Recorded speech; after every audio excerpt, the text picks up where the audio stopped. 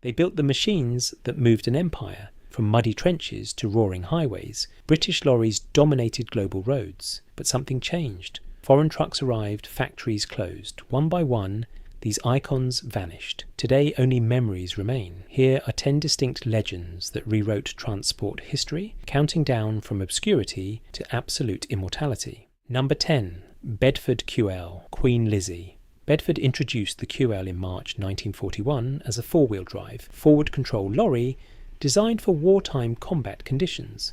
The engine sat forward over the front axle, creating a distinctive angular design. Soldiers immediately nicknamed it Queen Lizzie. During World War II, the QL appeared as an artillery, tractor, gun porter, command vehicle, wireless lorry and petrol tanker. The QLD variant carried troops. Thousands were built for the war effort. Soldiers trusted this truck because it delivered. When terrain got rough, the QL kept going. When ammunition needed moving, the QL arrived. When evacuation was urgent, the QL transported troops to safety. The British Army began replacing the QL in the early 1950s with the Bedford RL. By the 1960s, the QL was mostly in the hands of civilian contractors like recovery crews and auxiliary services. The truck represented pure engineering pragmatism, function over form, results over style. The Queen Lizzie earned iconic status through proven performance in combat zones, not through advertising campaigns. Today, preserved QLs appear at heritage events and military museums. Enthusiasts maintain these vehicles meticulously. The Queen Lizzie remains a symbol of wartime British engineering excellence. This truck didn't win fame through marketing. It won legendary status through performance. Number 9. Thornycroft Nubian. Thornycroft's Nubian name dated back to the late 1930s, but the famous six-wheel major version for airport fire tending became iconic in the 1950s. This wasn't a truck for general haulage. It was engineered for a single critical purpose: aircraft rescue and crash tending. Fire brigades ordered them for airport rescue duties. Military airports standardised on the Nubian. Civil airport authorities recognised its unique capabilities. The truck could navigate tight spaces while hauling heavy rescue equipment, water tankers and pumping apparatus. The muscular, high-clearance stance reflected its purpose perfectly. The truck featured exceptional ground clearance and power. Operators could reach damaged aircraft quickly, control fires and tow wreckage. What made the Nubian special was purpose-built engineering.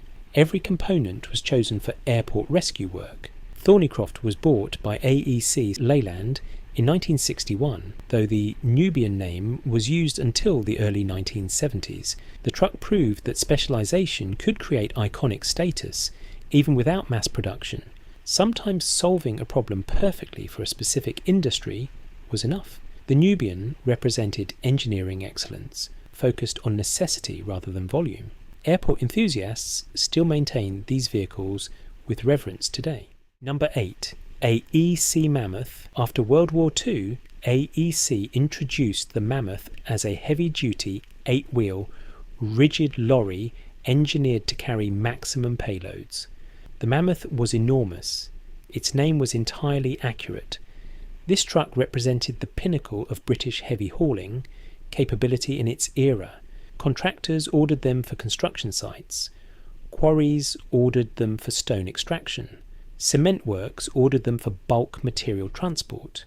Any operator with genuinely heavy cargo recognised the Mammoth as the only realistic choice. The truck could carry loads that other vehicles simply couldn't handle. The Mammoth wasn't elegant or comfortable. It was pure function. The cab was basic. The engine was massively powerful. The chassis was built to handle punishment. The muscular stance reflected its purpose. Mammoth carried seemingly impossible loads up hills, through mud and across rough terrain without complaint. By the 1960s, AEC was absorbed into Leyland. The Mammoth proved that legendary status came from pure capability and reliability, not from innovation or design elegance. Number 7.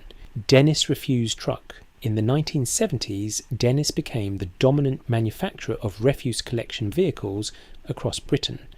The Dennis refuse truck solved a genuine urban problem: compact waste efficiently, manoeuvre narrow streets and dump loads reliably in all weather conditions. The truck featured the iconic low-entry box design reflecting its purpose. The compacting mechanism was visibly mounted on the sides. The body was heavy-gauge steel designed for constant abuse. The cab was positioned high for exceptional driver visibility, navigating crowded city streets and tight residential areas. Across Britain, the Dennis refuse truck became absolutely ubiquitous.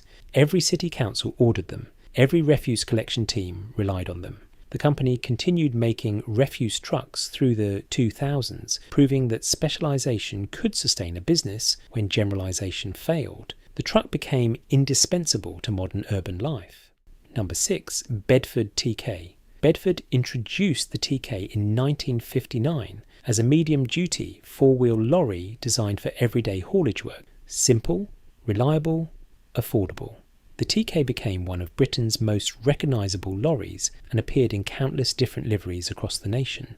Small independent hauliers bought them for their fleets. Large commercial haulage companies included TK trucks. Removal companies preferred the TK's spacious body. Construction companies appreciated its versatility. The TK was adaptable enough for virtually any job requiring a medium-duty truck. The TK's cab was basic but functional. The engine was adequate but not exceptionally powerful. The chassis was straightforward but effective. The Bedford TK proved that you didn't need excess. You needed exactly what was needed. Through the 1960s and 1970s, the TK remained in production with minor updates. By the 1980s, it was aging but still working reliably. Operators kept TK trucks running because they could be serviced anywhere and parts were cheap. The TK proved that consistent performance over decades created legendary status. It simply worked. Number 5. Albion Reiver.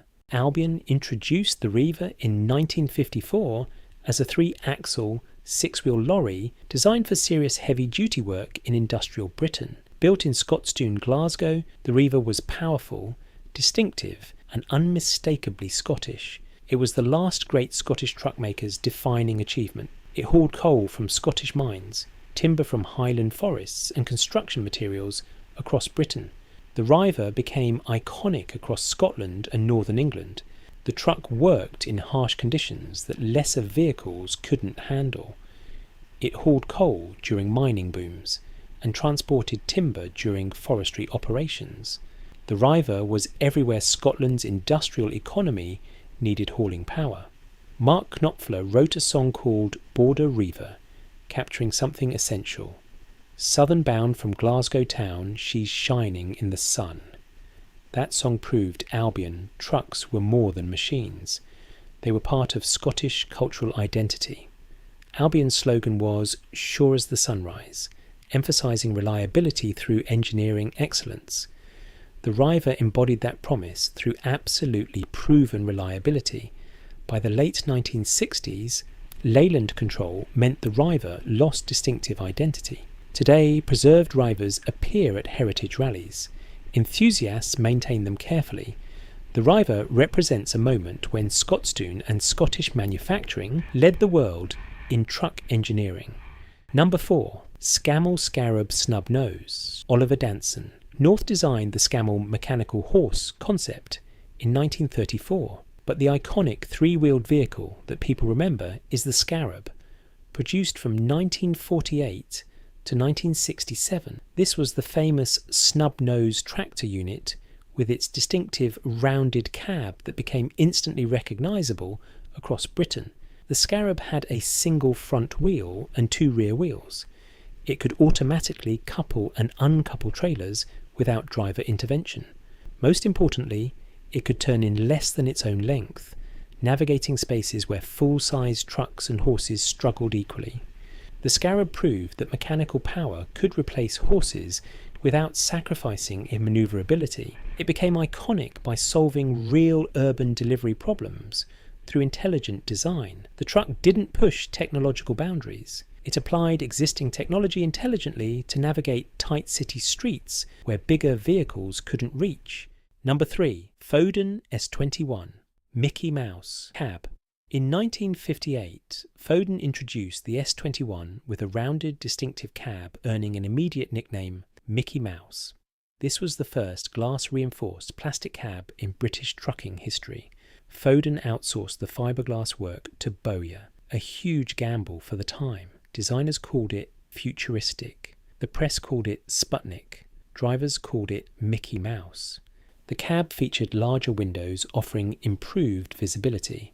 The S21 was functionally superior to traditional designs, despite its radical appearance. The S21 proved trucks could be beautiful and functional simultaneously. The Mickey Mouse cab showed British manufacturers could innovate fearlessly.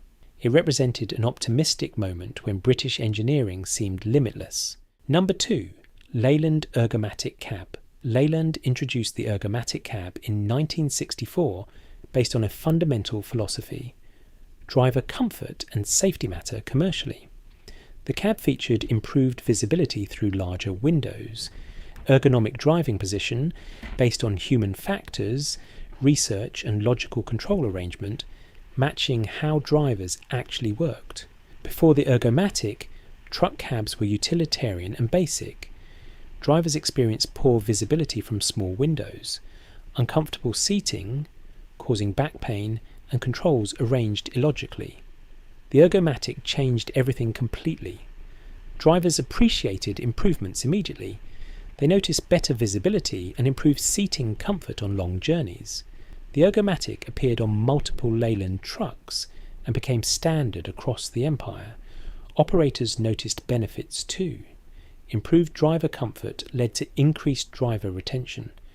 Experienced drivers stayed with companies operating Ergomatic trucks, reducing training costs. What made the Ergomatic legendary was its influence across the entire industry. The ergonomic approach became standard practice for all British truck manufacturers. Competitors studied it and copied the philosophy. Leyland proved that worker welfare improved business results. The cab was powered by the distinctive Leyland 680 engine, producing a sound people could hear from a mile away, the unmistakable Leyland whistle.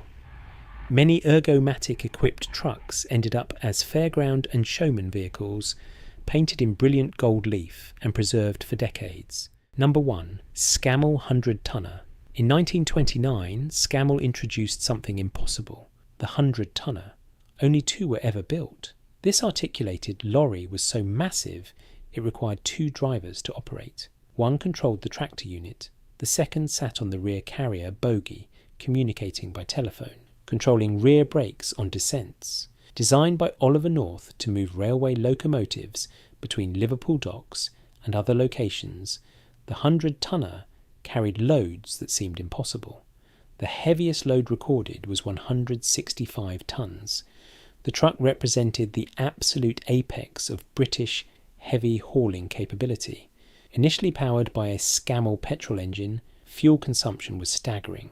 It used more fuel, crossing a street, than a modern car uses to drive to the next town. The Gardner diesel improved it to 4.2 miles per gallon. But the 100-tonner wasn't designed for efficiency. It was designed for maximum capability at any cost.